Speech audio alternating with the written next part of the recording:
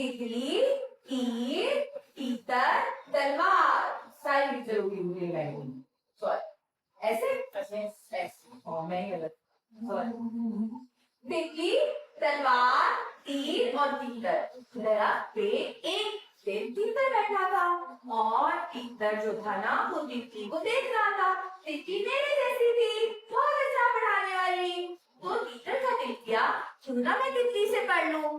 तीतर चुप चुप के गया और तितली को बोला, प्यारी तितली, तितली रानी आप मुझे पढ़ा दोगी?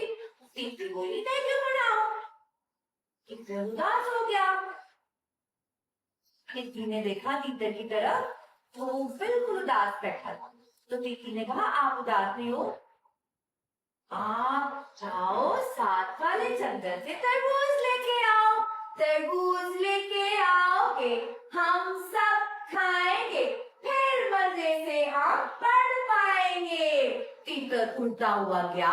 साथ वाले जंगल के साथ छोटा सा खेत था, वहां से खूब सारे तरबूज लेके आया। वो तितली ने और तीतर ने मिलके खाए और फिर तितली ने तीतर को पढ़ाया।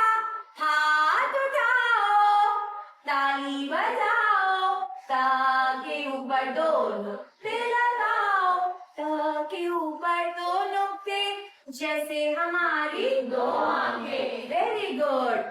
बेबा बिल्ली, बेबा पत्ता, तेता तितली, ते के बाद आती है ते की बारी। ते के बाद आती